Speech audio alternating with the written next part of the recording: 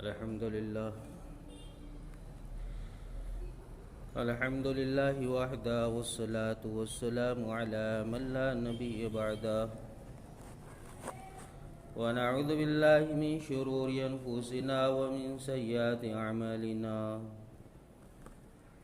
ونعوذ بالله من شرور أنفسنا ومن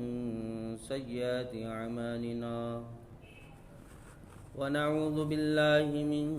شرور أنفسنا ومن سيئات أعمالنا من يهده الله فلا مضل له ومن يضلل فلا هادي له ونشهد أن لا إله إلا الله وحده لا شريك له ونشهد أن سيدنا ومولانا محمدا عبده ورسوله وقال سبحانه وتعالى إن الله وملائكته يصلون على النبي يا أيها الذين آمنوا صلوا عليه وسلموا تسليما اللهم صل على محمد وعلى آل محمد كما صليت على إبراهيم وعلى آل إبراهيم إنك حميد مجيد اللهم بارك على محمد وعلى آل محمد كما باركت على إبراهيم وعلى آل إبراهيم إنك حميد مجيد صدق الله العظيم وصدق رسوله الكريم أما بعد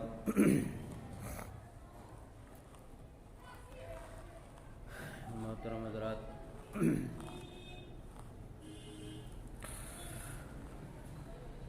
اللہ رب العالمین نے نبی علیہ الصلاۃ والسلام کے ذریعے اپنے دین کو مکمل کیا، اور اب اللہ رب العالمین نے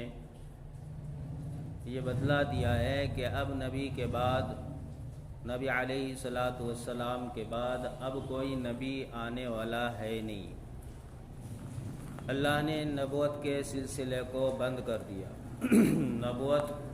نبی علیہ الصلاۃ والسلام کے بعد اب قیامت تک نہ کوئی نبی آئے گا نہ کوئی رسول آئے گا۔ آخری نبی محمد رسول اللہ صلی اللہ علیہ وسلم ہی ہے، اب ان کے بعد کوئی نبی اور رسول نہیں ہے۔ اللہ نے نبی علیہ الصلاۃ والسلام کو جو دین اسلام دے کر مبعوث فرمایا، اللہ نے اس دین اسلام کو قیامت تک کے لیے پسند کیا، اور قیامت تک کے لیے اللہ کا قانون ہے کہ جو اس دین کو اپنائے اور اس کو اپنی زندگیوں میں، اور جو اس دین کے پیچھے اپنے آپ کو چلائے، اللہ کہتا ہے کہ اب وہ انسان جو اس دین کے مطابق ہو، اللہ اس کو کامیاب کرے گا۔ یہ دین پورے عالمین کے لیے، پورے عالم کے لیے ہے، پورے انسانیت کے لیے ہے، پوری روئے زمین پر بسنے والی ہر جاندار شے اور ہر جاندار مخلوق کے لیے اللہ نے نبی علیہ السلام کو رسول بنا کر بھیجا ہے۔ قیامت تک کے لیے جو ابھی آئے نہیں ہیں ان لوگوں کے لیے بھی نبی علیہ الصلاۃ والسلام کو اللہ نے ان کے لیے بھی نبی اور رسول بنا کر بھیجا ہے۔ جو زندہ ہے انہیں بھی ضروری ہے کہ وہ نبی علیہ الصلاۃ والسلام ہی کے دین کو اپنائیں، جو آنے والے ہیں ان کے لیے بھی ضروری ہے کہ وہ نبی علیہ الصلاۃ والسلام ہی کے کلمے کو پڑھ کر اپنے آپ کو کامیاب والے راستے پر چلائے۔ جس نے نبی علیہ الصلاۃ والسلام پر ایمان لے آیا اور جس نے اللہ پر ایمان لے آیا، یہ وہ بندے ہیں جو اسلام پر ہے، ایمان پر ہے، یہی وہ بندے ہیں۔ پھر اللہ فرماتا ہے کہ یہ بندے نبی علیہ الصلاۃ والسلام کے شفاعت کے حقدار بنیں گے۔ یہ اسلام اور یہ دین جس کے زندگی میں ہوگا، اللہ یہ فرماتا ہے کہ یہ دنیاوی زندگی بھی اللہ ان کی سنوارے گا، اور آخرت بھی اللہ خود فرماتا ہے کہ ان کو اس کا بہترین بدل اور انعام ملے گا۔ اس لیے ہمارے لیے ضروری ہے کہ ہم نے جو کلمہ پڑھا ہے محمد رسول اللہ صلی اللہ علیہ وسلم کا، اس کو ہم اپنے زندگیوں میں عملی نمونے اور عملی طریقے سے اس کو اپنے زندگیوں میں لے اور عملی طریقے سے ہم اس پر عمل کریں اپنے دنیاوی ہر شعبے میں اور دنیاوی ہر اسباب میں اور دنیاوی اعتبار سے ہر جگہ جہاں ہم رہتے ہیں چلتے ہیں دنیا میں جہاں تک ہم جاتے ہیں وہاں ہر جگہ یہ اسلام ہمارے زندگیوں میں عملی طریقے سے ظاہر ہونا چاہیے۔ اب یہ اسلام زندگیوں سے ظاہر ہوگا تو شریعت کے اعتبار سے زندگی انسان کی جو گزریں گی وہ ایمان کی نسبت ہوگا، ایمان بڑھے گا، ایمان ہوگا، ایمان انسان کا اتنے معیار پر پہنچے گا تو ہی یہ انسان اعمال صالحین پر چل سکتا ہے، ورنہ دنیا اور دنیا کے اسباب اور دنیا کے حالات یہ انسان کو گرا دیتے ہیں، دنیا کی لذتیں یہ انسان کے ارادے اور نیتوں کو بدل دیتے ہیں، دنیا اور دنیا کی چیزیں اس کے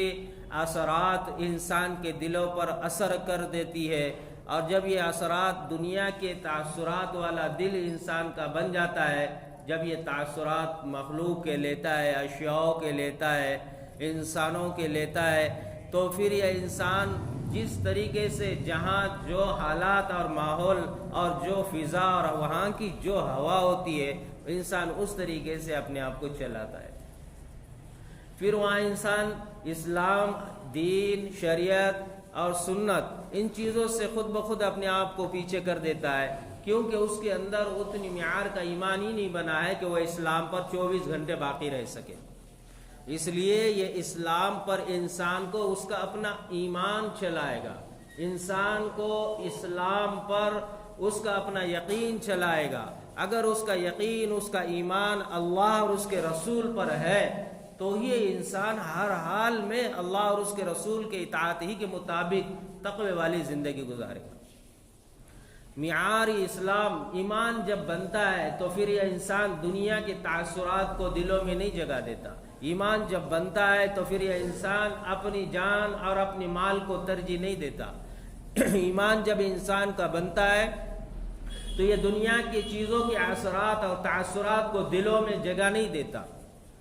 اس لیے تو اللہ نے فرمایا صحابہ رضی اللہ تعالیٰ عنہم اجمعین یہ انسانوں کے لیے ایمان کے لائن سے مثال ہے، انسانوں کے لیے ایمان کے لائن سے یہ ان کے لیے فرمایا کہ جو ان کو سمجھے اور جو ان کو دیکھے، جو صحاباؤں کی جو زندگی تھی کہ انہوں نے ایمان کے لائن سے کیسی کیسی اور کتنی بڑی بڑی قربانیاں دی ہے، یہ امت کے قیامت تک کے آنے والے مسلمانوں کے لیے، روئے زمین کے انسانوں کے لیے ایک سبق ہے، ایک مثال ہے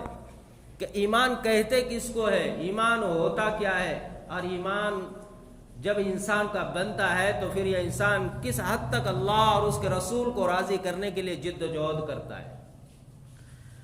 یہ ہمارے لیے مثال ہے صحاباؤں کی زندگی۔ صحاباؤں کی زندگی اگر ہم نے اس کو نہیں سمجھا، اگر ہم نے اس کو نہیں دیکھا تو پھر ہمارا ایمان اور ہمارے اندر اسلام یہ باقی نہیں رہ سکتا۔ انہوں نے نہ دین کے لیے،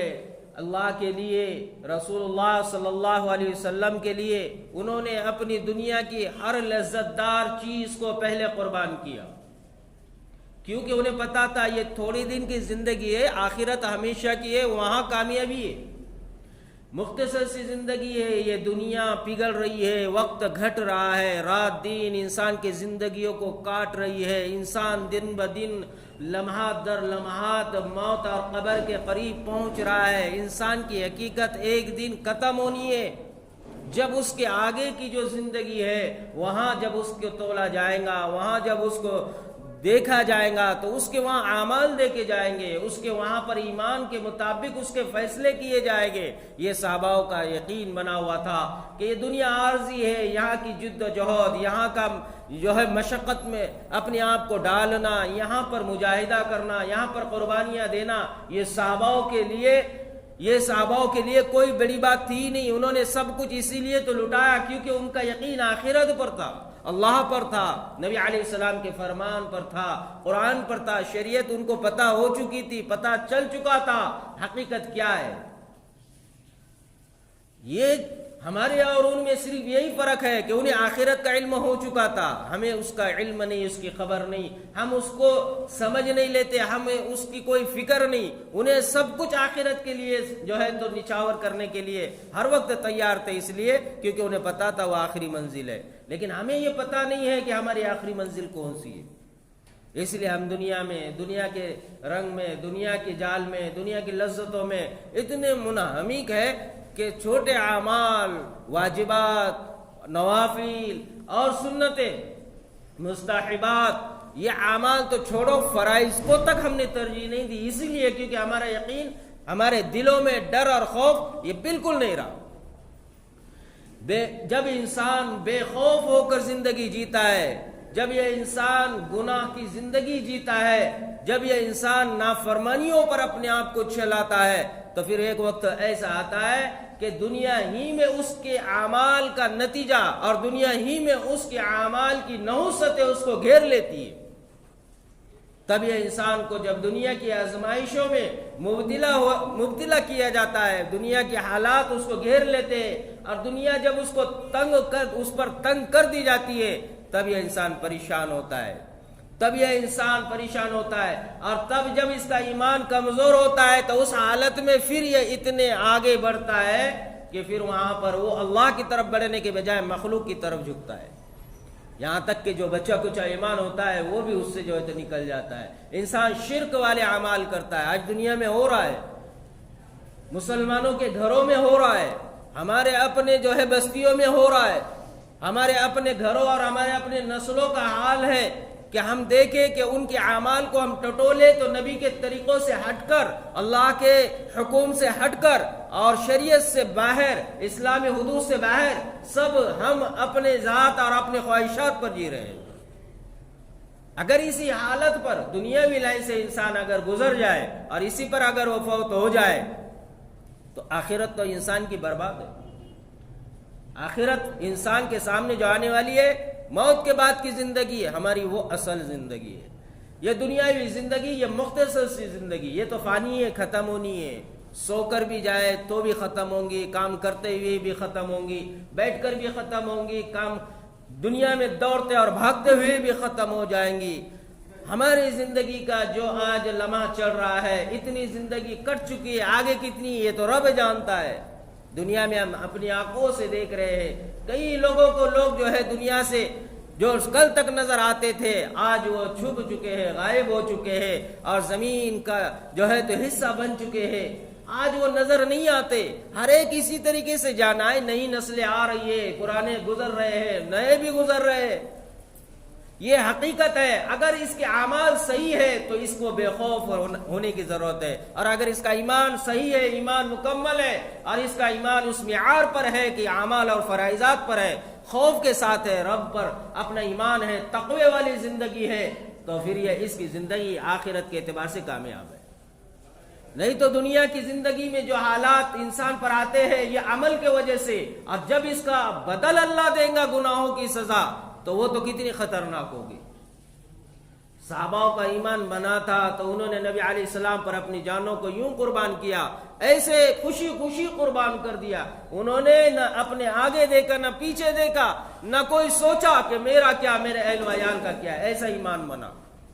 ہمیں قربانیاں دین کے لیے اپنی جانوں کی آج دینے کی ضرورت نہیں ہے، آج ہمیں جو قربانیاں دینی ہے اپنے وقت کی قربانی دینی ہے، اپنے آپ کو مصروفیت میں سے نکالنا ہے، اپنے اسباب اور اپنے کاموں سے اپنے آپ کو وقت کو نکالنا ہے، اللہ کے گھر کے ساتھ اپنے آپ کو جوڑنا ہے، اور اگر وقت نکلے تو پھر اللہ کے راہ میں نکلنا ہے، اور نکل کر دین کو سمجھنا ہے اور اس کو سیکھ کر آگے بڑھانا ہے، اور امت میں اس کو پھیلانے کی پوری جد و جہد اور کوشش کرنا ہے۔ اگر ہم نے اپنی ذات سے یہ قربانیاں دی تو آنے والی نسلوں تک کلمہ اور ایمان اور اسلام پہنچے گا، کیونکہ نبیوں کا سلسلہ اللہ نے بند کر دیا ہے۔ اب آگے جو آنے والی نسل ہے ان کی ذمہ داری ہمارے اوپر ہے۔ آج ہمیں ہی کلمہ نہیں آتا، ہمیں ہی قرآن نہیں آتا، ہمیں ہی سنت اور ہمیں ہی جو ہے تو دین پتہ نہیں ہے، ہم نے دین اپنے خواہشات کے حساب سے بنایا ہوا ہے، ہم نے دین اپنی چاہت کے مطابق بنایا ہوا ہے، ہم نے رسم اور رواجات کو دین بنایا، ہم نے مخلوق کے بنائے ہوئے کام کو دین سمجھ لیا، ہم نے دنیا کے پیچھے چل کر دنیا والے کے اعمال کو ترجیح اتنی دی، اسی کو نیک سمجھ کر رسومات اور بدعات جیسے کام کو عبادت بنا دیا۔ ہمیں کچھ بھی نہیں ہے پتا، ہمیں کچھ بھی نہیں ہے پتا، ہمیں تو صرف نالج دنیاوی لائن سے ہو سکتا ہے، لیکن دینی لائن سے ہمارے پاس کچھ بھی نہیں ہے۔ ہماری اعوذ باللہ صحیح نہیں، ہمارا قرآن صحیح نہیں، ہمیں نماز کے فرائضات کا علم نہیں، واجبات کا علم نہیں، ہمیں سنتوں کا علم نہیں، ہمیں نفلوں کا علم نہیں، ہمیں دین کا علم نہیں، ہمیں اللہ کے بتائے ہوئے احکامات کا علم نہیں، نیکی کا کام کون سا ہے یہ تک پتہ نہیں ہمیں، کہ نیکی کہتے اس کو ہے، گناہ کہتے اس کو ہے، یہ تک ہم نیکی اور گناہ میں یہ دونوں میں فرق کرنے کی تک ہمارے اندر صلاحیت اور طاقت نہیں ہے۔ ہمیں جس نے کہا یہ نیکی ہے ہم نے کر دیا، ہمیں جس نے کھینچا کہ یہ کرنا ہے یہ اچھا کام ہے ہم نے اس کو عبادت سمجھ لیا اور اس کو کر دیا۔ ہم نے دوسروں کے بتائے ہوئے اعتبار سے دنیاوی لائن سے اپنے آپ کو جوڑا اور دنیا کے پیچھے اس کو عبادت بنا کر اس کو سمجھ لیا کہ یہ نیکی کا کام ہے۔ ہمیں کچھ بھی نہیں پتا اور پھر ہم اس کے باوجود بھی مسلمان ہیں، اور پھر اس کے باوجود بھی ہم نے یہ ہاتھ اٹھایا اور یہ گمان رکھے ہوئے اللہ سے کہ اللہ حالات اور مصیبتیں میرے اوپر نہ آئے کیونکہ میں تو بڑا نیک ہوں۔ جب کوئی حالات آتے ہیں، زمینی فساد ہو یا پھر زمینی مخلوقات کی طرف سے ہو یا پھر زمینی جو ہے فتنہ پرستوں کی طرف سے ہو یا سازشیں رچی جاتی ہے، تو تب ہم یہ سوچتے ہیں کہ اللہ کی مدد ہم پر فوراً آ جائے، جبرائیل آ جائے یا اللہ آسمان سے کوئی ان پر قہر نازل کر دے یا زمین سے کوئی ایسا ان کے اوپر اللہ پاک ایسا کوئی معجزہ ظاہر کر دے کہ یہ دشمنان اسلام، یہ دشمنان مسلمان، اللہ ان کا بیڑا غرق کر دے۔ ہم یہ دعا اور یہ امیدیں مانگتے ہیں ایسے جیسا کہ صحابہ اللہ سے مدد کو مانگتے تھے، ہم ایسی مدد مانگتے ہیں کہ جیسا اب مانگے اور فوراً وہ ہو جائے۔ لیکن ہمارے اعمال اس کا کوئی حساب نہیں، اس کا کوئی محاسبہ نہیں، اس کا کوئی جائزہ نہیں ہے۔ یہ ایمان ہے ہمارا کہ ہمیں یہ تک نہیں پتا کہ عبادت کیا ہے اور گناہ کیا ہے، ہمیں یہ تک نہیں پتا کہ خرافات کیا ہے اور رسومات کیا ہے، ہمیں یہ تک پتا نہیں ہے کہ دین کیا ہے، ہمیں یہ تک پتا نہیں ہے کہ اللہ نے قرآن میں کیا فرمایا ہے، حلال کیا ہے، حرام کیا ہے۔ اللہ نے ہمیں دنیاوی لائن سے پورا علم پہنچا دیا، اللہ نے نبی علیہ السلام کے ذریعے دنیا والوں کے لیے یہ اعلان کروایا، اليوم اکملت لکم دینکم واتممت علیکم نعمتی ورضیت لکم الاسلام دینا۔ پورے کائنات انسانیت کو اللہ نے یہ بتلا دیا، پورا مکمل دین جس کے اندر کوئی کمی نہیں، کوئی کمی نہیں، ذرہ برابر بھی اس کے اندر کمی و پیشی نہیں، پورا مکمل دین تم تک پہنچا دیا۔ اللہ نے پورے مکمل دین کو تم تک اتارا۔ اب اللہ یہ کہتا ہے کہ جس نقشے میں تم جاؤ اس کا دین موجود ہے، تم جہاں جاؤ وہاں اس کا دین موجود ہے، تم جو کام کرو اس کا دین موجود ہے، تم جو عمل کرو اس کا حکم، اس کا شریعت میں بتایا ہوا قانون جو ہے تو موجود ہے۔ یہ سب کچھ اعمال دنیاوی لائن سے جو ہم کر رہے ہیں، ہر عمل کو کرنے کا طریقہ موجود ہے، ہر کام کو کرنے کا طریقہ موجود ہے، کیونکہ دین اور شریعت اور اسلام پورا ہے تو ہم جو کچھ کریں گے اس میں طریقہ نبی کا تمہیں اور ہمیں ضرور ملے گا۔ لیکن ایمان چاہیے کہ اس میں اس کو ڈھونڈے، ہمیں ایمان اتنا بڑھائے، اتنا اونچا اور اتنا طاقتور ہمارا ایمان بنے کہ ہم اس میں پہنچنے کے بعد اپنے آپ سے یہ سوال کرے کہ اس میں نبی کا طریقہ کیا تھا، اللہ کا حکم کیا تھا۔ میرے بھائیوں، صحابہ رضی اللہ تعالیٰ عنہم اجمعین نے اپنے ذات سے، اپنے آپ سے آخرت کو ترجیح دی، اور ایسی ترجیح دی کہ انہوں نے اپنے مال اور اپنے اسباب اور اپنے گھر، اپنے بیوی، اپنے بچے، ان سب کو جو ہے پیچھے کر دیا، ان کی طرف اپنے آپ کو نہ جھکایا، نہ جھکنے دیا، نہ دل کے اندر جو ہے کبھی خیالات آنے دیے کہ اللہ کے دین کے لیے ہم نے اپنے آپ کو لگایا تو ہمارا کیا بنے گا۔ حضرت وہاب بن قابس رضی اللہ تعالیٰ نے دیہات کے رہنے والے ایک صحابی ہے، بکریاں چرایا کرتے تھے، اپنے اعتبار سے جو ہے دیہات میں رہتے، کسی وقت میں انہوں نے اسلام قبول کر لیا، یہ مسلمان بن گئے، اور جب یہ اسلام میں داخل ہو گئے تو یہ بکریوں کو چراتے ہوئے دیہات میں جنگلوں میں بکریوں کو چرانے لگ گئے. بکریاں چراتے چراتے اپنے بھتیجے کے ساتھ وہ بکریوں کو لے کر ایک ساتھ چراتے ہوئے بکریوں کو ایک جگہ رکا دیا اور سب کو رسیوں سے باندھا. اور دل میں خیال آیا کہ چلے نبی علیہ الصلوۃ والسلام کا حال معلوم کرے. نبی علیہ الصلوۃ والسلام کہاں ہے اور کیا حال ہے. وہ حضرت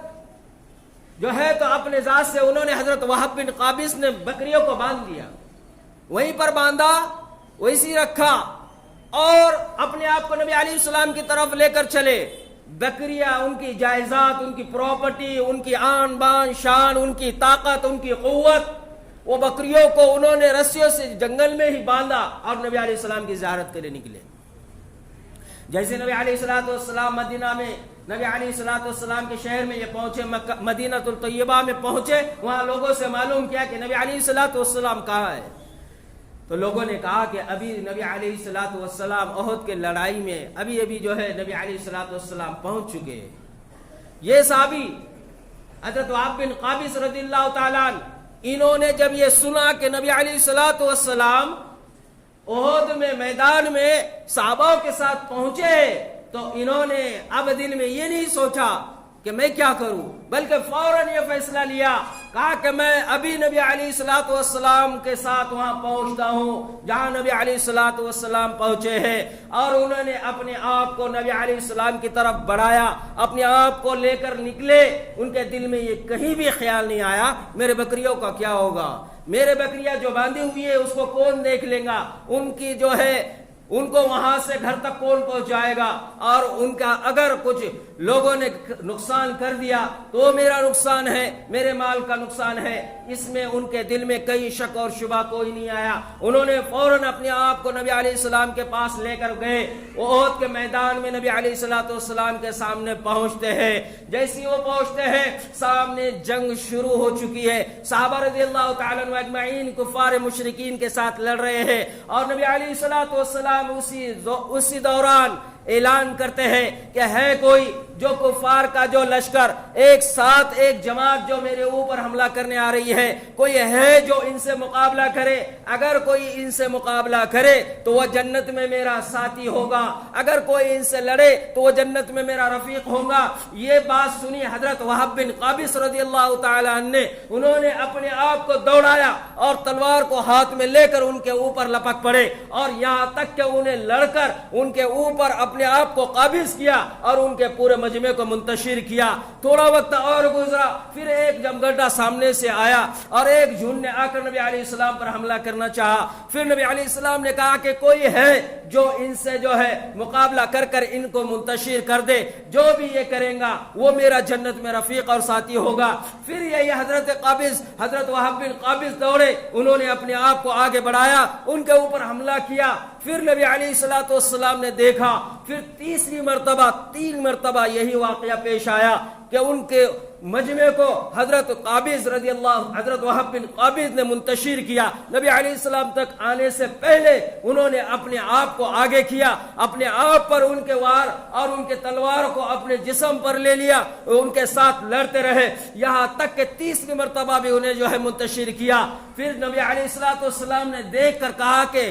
وہاب مبارک ہو, اللہ تمہیں جنت کی خوشخبری سناتا ہے کہ تم جنتی ہو. بس یہ کلمہ سننا تھا, رہا نہ گیا, جوش میں آ گئے, دل اور دماغ جو ہے ان کا جو ہے جھوم اٹھا اور کہا میرے رب نے میری سن لی, مجھے جنتی بنا دیا, میرے رب نے میرے نبی کو میرے اس عمل سے خوش کر دیا. اب وہ دنیا کا نہیں سوچنے لگ گئے, گھر کو اطلاع نہیں دی, اس کا بھی نہیں دل و دماغ میں خیال. بکریاں باندھ کر چھوڑ کر آئے, بھتیجا پیچھے ہے, کہیں کسی کا کوئی دل میں خواب و خیال نہیں, بس اپنے آپ کو آگے بڑھایا اور اتنا جوش سے آگے لڑے یہاں تک کہ ان کے پورے مجمع میں خود کو اپنے آپ کو آگے بڑھایا. خود لڑتے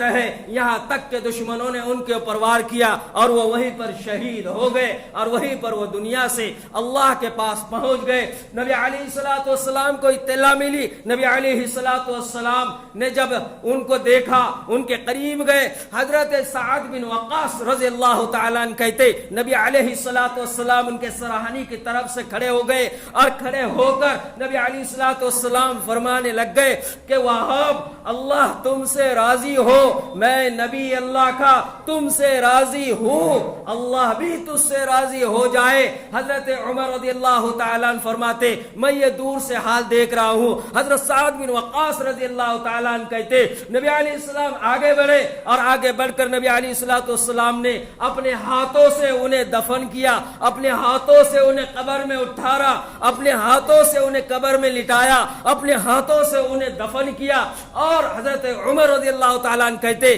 میں نے دیکھا نبی علیہ السلام خود بھی زخمی تھے، خود بھی نبی علیہ السلام کے جسم سے لہو بہ رہا تھا۔ اسی حالت میں نبی علیہ السلام اپنے ہاتھوں سے حضرت وہب بن قابس رضی اللہ تعالیٰ عنہ کو قبر اطہر میں دفن کرتے ہیں۔ حضرت عمر رضی اللہ تعالیٰ عنہ کہتے واللہ میں نے جو دیکھا یہ منظر مجھے رہا نہ گیا، مجھے کسی پر رشک آیا تو یہ وہب بن قابس ہے جن کو دیکھ کر مجھے رشک ہوا اور میرے دل میں یہ خیال ہوا کاش کہ یہ عمل جو یہ لے کر اللہ تک پہنچ گئے، اور یہ منظر جو میں نے دیکھا نبی اس حالت میں انہیں اپنے ہاتھوں سے دفن کر رہے، کاش عمر یہ چاہتا ہے کہ اس جیسا عمل اور اس جیسا کام اور اس جیسا فعل جو اللہ اور اس کے رسول کو راضی کرنے کے لیے عمر کے پاس بھی ہو، اور عمر بھی یہ چاہتا ہے کہ ایسا عمل لے کر میں اللہ تک پہنچ جاؤں۔ حضرت سعد بن وقاص رضی اللہ تعالیٰ عنہ کہتے نبی علیہ السلام زخمی حالت میں ہے، اور نبی علیہ السلام اور حضرت وہب بن قابس رضی اللہ تعالیٰ عنہ میں ان کے چہروں کو دیکھتا، نبی علیہ السلام بار بار کہتے میں تجھ سے راضی ہوں، میں تجھ سے راضی ہوں، میں تجھ سے راضی ہوں۔ یہ صحابہ ہے جنہوں نے دین کے لیے، اللہ کے لیے، اسلام کے لیے، اللہ اور اس کے رسول کو پہچاننے کے لیے ایسے قربانیاں دی، دنیا کو پیچھے کر دیا، دین کو آگے رکھا، نبی کو آگے رکھا، اسلام اور شریعت کو آگے رکھا۔ تو میرے بھائیوں ہمارے لیے تو کتنا ضروری ہے، ہمیں بھی تو مرنا ہے، قبر میں آخری مقام ہے، ہمیں بھی تو اللہ کے سامنے کھڑے ہونا ہے، ہمیں بھی تو جنت اور جہنم کا جو ہے تو ڈر اور خوف ہے، ہمیں بھی تو اللہ کے پاس میں جا کر حساب دینا ہے، ہمارے لیے بھی تو پل صراط کو بچھایا جائے گا، ہمارے لیے بھی تو جو میزان کو لٹکایا جائے گا، ہمارے لیے بھی جنت اور جہنم کو کھولا جائے گا، ہمارے لیے بھی منادیوں کو پکارنے کا حکم ہوگا، ہمارے بھی تو اعمال اچھالے جائیں گے، ہمارے بھی تو اچھے عمل کو جو ہے تو سامنے لایا جائے گا، ہمارے بھی تو برے اعمال کو سامنے لایا جائے گا۔ جب ہم اپنے آنکھوں سے دیکھیں گے قطار در قطار نمازی جو ہے تو ایک طرف کھڑے ہوئے ہیں، دوسری طرف بے نمازی کھڑے ہوئے ہیں، ایک طرف روزے دار کھڑے ہوئے ہیں، ایک طرف بے روزے دار کھڑے ہوئے ہیں، ایک طرف جھوٹ کھڑے ہوئے ہیں، ایک طرف جو ہے تو سچ بولنے والے کھڑے ہیں، ایک طرف حق گو ہے، ایک طرف جو ہے تو جھوٹ بولنے والے ہیں، ایک طرف امانت دار ہے اور ایک طرف خیانت دار ہے، ایک طرف گنہگار ہے، ایک طرف نیک ہے، ایک طرف عاشق رسول ہے اور تو دوسرے طرف اللہ اور اس کے رسول کا منکر ہے۔ اگر یہ منظر ہمارے سامنے آنا ہے تو سوچے کہ ہم کون سے قطار میں ہوگے۔ اگر ہم نے نمازیں پڑھی ہوگی تو نمازیوں میں رہے گے، سچ بولا ہوگا تو ہم سچوں کے ساتھ ہوگے، ہم نے امانت داری پر چلا ہوگا تو امانت داروں کے ساتھ ہوگے، نبی علیہ السلام کے پیچھے ہم نے اپنے آپ کو چلایا ہوگا تو نبی علیہ السلام کے ساتھ ہم کھڑے ہوئے ہوگے۔ ہم خود فیصلہ کریں، ہمارے اپنے ذات پر ہم خود دھیان دیں، ہم کیا ہے، کون ہے، ہم کیسے مسلمان ہیں، ہمارا اسلام کس معیار کا ہے، ہمارا ایمان کس معیار کا ہے، اور ہم کس معیار اور کس راستے پر چل رہے ہیں، ہم شیطان کے گروہ میں ہیں یا اللہ اور اس کے رسول کے ساتھی ہیں۔ تو میرے بھائیوں ہم اپنی ذات سے، اپنے آپ سے یہ مطالبہ کریں کہ بچی ہوئی زندگی ہم بھی اور اپنی نسلیں بھی اسلام اور شریعت میں رہے، دین کو سیکھے، اعمال کو سیکھے، عبادتوں پر رہے، تقوی والی زندگی گزارے۔ نہیں آتا، نہیں پتا کہاں جائے، کہاں سیکھے، کیا ہو، تو اس کے لیے اللہ کا راستہ کھلا ہوا ہے، اللہ کا دین جو ہے تو وہاں پر ہم چل پھر کر سیکھ سکتے ہیں، ہم وہاں پر اپنے آپ کو آگے بڑھا سکتے ہیں، ہم اللہ کے راہ میں نکل کر، اللہ کے گھروں میں رہ کر، اللہ کے راستے میں جد و جہد کر کر قرآن سیکھ سکتے ہیں، اسلام اور شریعت سیکھ سکتے ہیں، ایمان کو بڑھا سکتے ہیں، جو اسلام ہم تک پہنچا لوگوں تک پہنچا سکتے ہیں، جو دین سمجھ میں آیا لوگوں کو سمجھا سکتے ہیں، جو اچائی اور خیر ہم نے سمجھ لی وہ دوسروں تک پہنچا سکتے ہیں۔ یہی عمل ہمارا ہمیں جنت میں لے جائے گا، یہی عمل ہمارا ہماری مسلمان شناخت کرائے گا، یہی عمل ہمارا قبر میں ہمارے لیے نفع اور خیر کا کام بنے گا۔ تو میرے بھائیوں، اللہ کے راہ میں نکالا جا رہا ہے، اللہ کے راہ میں نکالا جا رہا ہے، ہر وقت جماعتیں نکلتی ہے، ہر وقت اللہ کے راہ میں نکالا جاتا ہے، ہر وقت جد و جہد کی جاتی ہے، ہر ایک کے پیچھے لگ لگ کر اس کو سمجھایا جاتا ہے۔ یہ سمجھانے والے کے پیچھے ان کا بھی کوئی دنیا میں ان کے بھی اپنے ضروریات ہوتے ہیں، ان کے بھی اپنے کام ہوتے ہیں، پھر بھی اللہ کے راہ میں نکلے ہوئے ہوتے ہیں۔ وہ بھی جب نکل سکتے ہیں ہم بھی نکل سکتے ہیں، وہ دین کو پھیلا سکتے ہیں ہم بھی کر سکتے ہیں۔ اس لیے ہم اپنی تدبیریں بنائیں، کاموں کو پیچھے کر دیں، یہ نہ کہے کہ بہت بزی ہوں، یہ نہ کہے کہ بہت ذمہ داریاں ہیں، یہ نہ کہو کہ بہت بڑی بڑی مصیبتیں ہیں، یہ نہ کہو کہ بہت بڑے بڑے قرض ہیں، یہ نہ کہو کہ بہت بیمار ہو۔ موت آ گئی، موت یہ نہیں دیکھیں گی، دنیا میں جب آزمائش آ گئی وہ یہ نہیں دیکھیں گی کہ تم کس معیار پر کھڑے ہیں۔ میرے بھائیوں، اس سے پہلے ہمیں رب کی طرف بڑھنا ہے، اللہ حالات کو ہمارے حساب سے بنا دے گا۔ اس لیے جیسے دنیا میں لوگ چل پھر کر محنت کر رہے ہیں، ہم بھی ان کا ساتھ دیں، ہم بھی نکلے، نہ نکلے تو نکلنے والوں کے ساتھ میں بیٹھے، نکلنے والوں کے ہاتھ ملائے، نکلنے والوں کے لیے پانی اور تو کھانے کا انتظام کرے، نکلنے والوں کے سامنے بیٹھ کر روئے، نکلنے والوں کے سامنے بیٹھ کر کہے کہ اللہ کے لیے دعا کر، نکلنے والے کے اوپر محبت کی نگاہ اور شفقت ڈالو۔ اللہ کی قسم کھا کر کہتا ہوں، جو اللہ کے راہ میں نکلنے والے بندوں پر شفقت اور محبت کی نگاہ ڈالتا ہے، یہ بھی اللہ ذریعہ بنائے گا اس کو جنت میں پہنچانے کے لیے۔ اس لیے میرے بھائیوں، اللہ کے راہ میں نکلنے کے لیے اپنی